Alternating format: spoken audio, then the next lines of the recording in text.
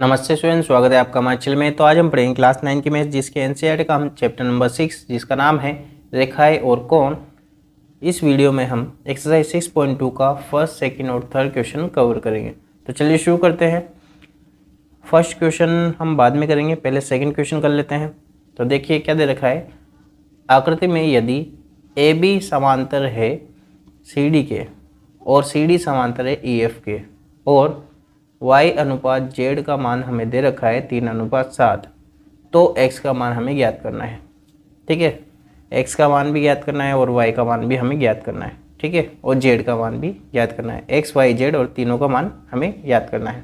y और z का मान हमें अनुपात में दे रखा है और x का मान हमें नहीं दे रखा है, तो ये तीनों मान हमें ज्ञात करने हैं। तो हम करते हैं। सबसे पहले तो जो हमें दे रखा है वो लिख लेंगे।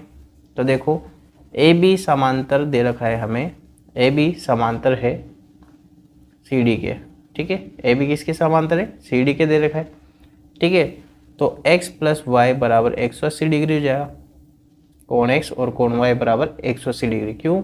क्योंकि अगर ये समांतर है और इसको एक तिर्यक रेखा काटती है, तो तिर्यक रेखा के एक ही ओर के अंतः कोणों का योग कितना होता है? 180 डिग्री होता है। यहाँ लिख देंगे हम अंतः कोण।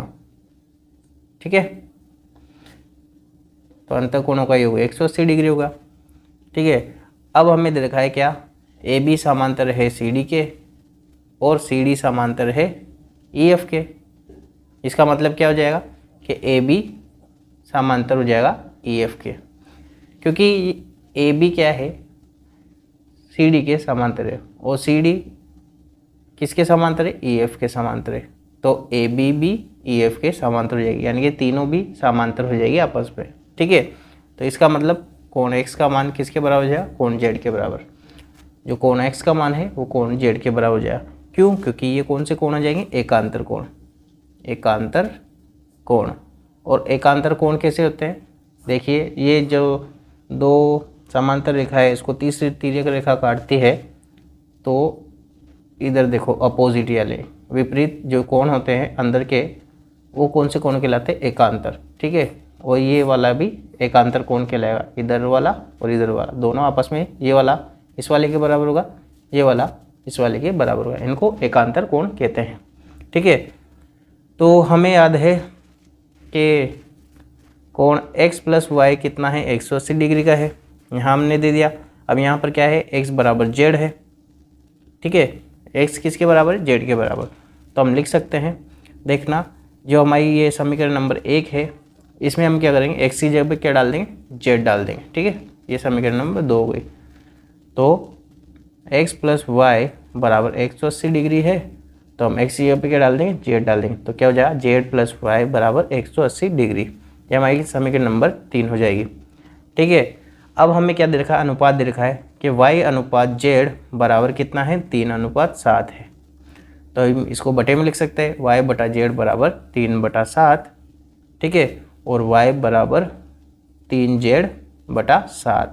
y का मान हमारे पास आ गया, इसको हम समीकरण नंबर 3 में रख देंगे। ठीक है, ये हमारा चौथा मान आ गया। ठीक है, इसको हम 3 में रख देंगे। समीकरण 3 में रखने पर तो रख देते हैं z प्लस 3z/7 बराबर 180 डिग्री। एलसीएम लेंगे, कितना आएगा? 7 into Z, 7z plus 3z बराबर 180 डिग्री। ठीक है, इधर भाग में है, उधर जाएगा तो गुणा में। तो 10z, क्योंकि 7z और 3z मिलकर कितने बनेंगे? 10z बराबर 180 इंटू 7। तो z बराबर 180 इंटू 7/10, क्योंकि गुणा में है, इधर आएगा तो भाग में। 1 0 से 1 0 कट जाएगा। 18 इंटू 7 करेंगे तो कितना आएगा? 126। z बराबर क्या जाएगा? z बराबर 126। अब z का मान हमारे पास आ गया 126। ठीक है, और हमने क्या लिखा था? क्या लिखा था कि x बराबर z, तो x कितना हो जाएगा? 126। z भी 126, x भी 126। ठीक है, अब y का निकालेंगे हम।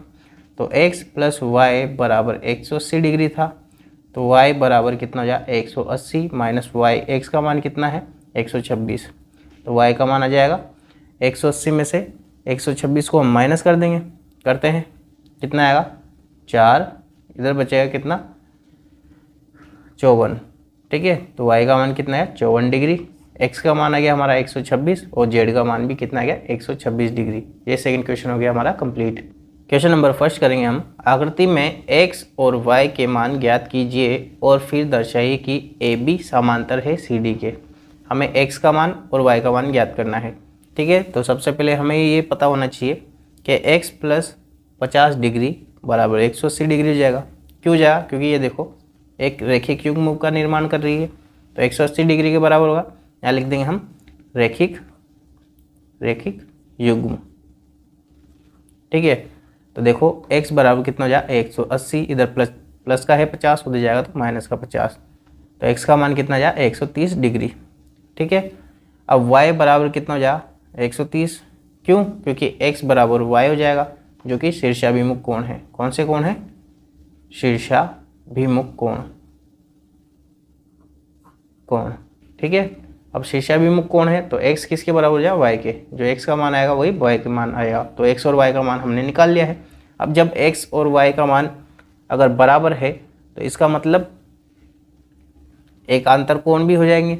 ये देखिए, क्योंकि y किसके बराबर हो जाएगा 130 डिग्री के, क्योंकि एकांतर कोण है, और y x के बराबर भी हो जाएगा। क्यों? क्योंकि ये कौन सा कोण हो जाएगा, ये एकांतर कोण भी हो जाएंगे, एकांतर कोण। देखना इधर से तो शीर्षाभिमुख कोण हो जाएगा और इधर से क्या हो जाएंगे, ये एकांतर कोण हो जाएंगे आपस में। तो एकांतर कोण जब भी होता है तो हम कह सकते हैं, जब एकांतर कोण कब बनते हैं, जब क्या हो जाए, जो हमारी रेखाएं हैं वो समांतर हो, यानी कि AB समांतर CD हो जाएगी बस। क्योंकि अगर एकांतर कोण आ गया इसका मतलब रेखाएं क्या है, समांतर है, और यही हमें दर्शाना था, हमने दर्शा दिया है। क्वेश्चन नंबर थर्ड है। आकृति में यदि AB समांतर है CD के और EF लंब है CD पर और कोण GED 126 डिग्री है तो कोण ये हमें ज्ञात करने हैं। देखिए हमें दे दिया क्या, AB जो रेखा है वो CD के समांतर है और EF है जो कि लंब है, ये EF है लंब है CD पर, और GED का मान है 126 डिग्री। GE और D यानी कि इस पूरे का मान कितना है 126 डिग्री, और ये है 90 डिग्री का। हमसे बोल रहा है AGE यानी कि ये वाला कोण ज्ञात करना है। एक बोल रहा है GEF ये वाला कोण ज्ञात करना है यहाँ से यहाँ तक का, और एक FGE ये वाला कोण भी हमें ज्ञात करना है। तो बहुत इजी है, हम ज्ञात कर लेते हैं।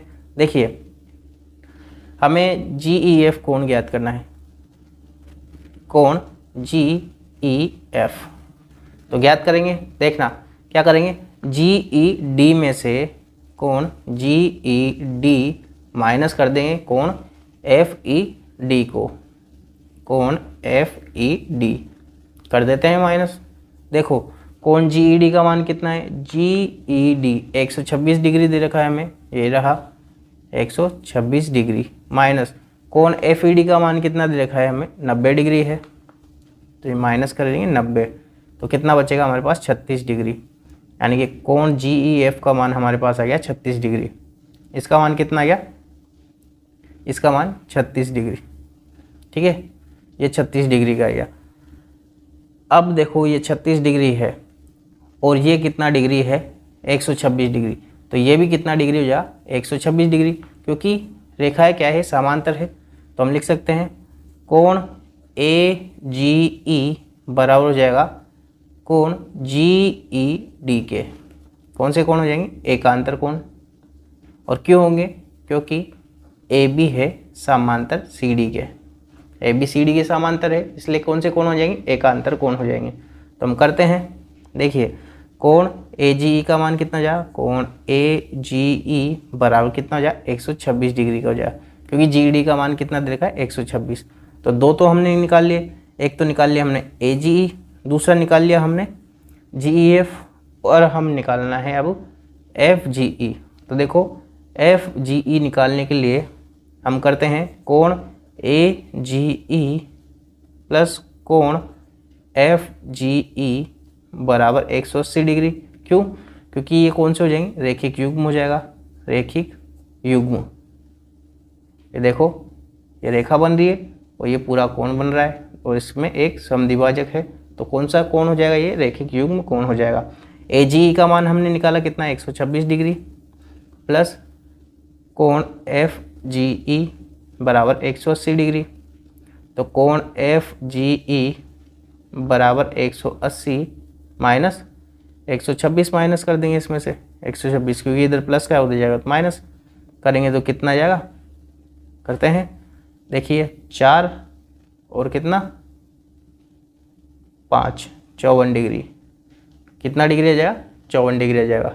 सो आई होप आपको वीडियो पसंद आई होगी। अगर पसंद आई वीडियो तो वीडियो को लाइक करना। अगर आप हमारे चैनल पे नए हो तो नीचे लाल कलर का सब्सक्राइब बटन है उसको प्रेस कर देना। उसके जस्ट पास बेल आइकन भी है उसको प्रेस कर देना, ताकि फ्यूचर में जो भी वीडियोस आने वाली है उसके नोटिफिकेशन आपको बराबर मिल सके।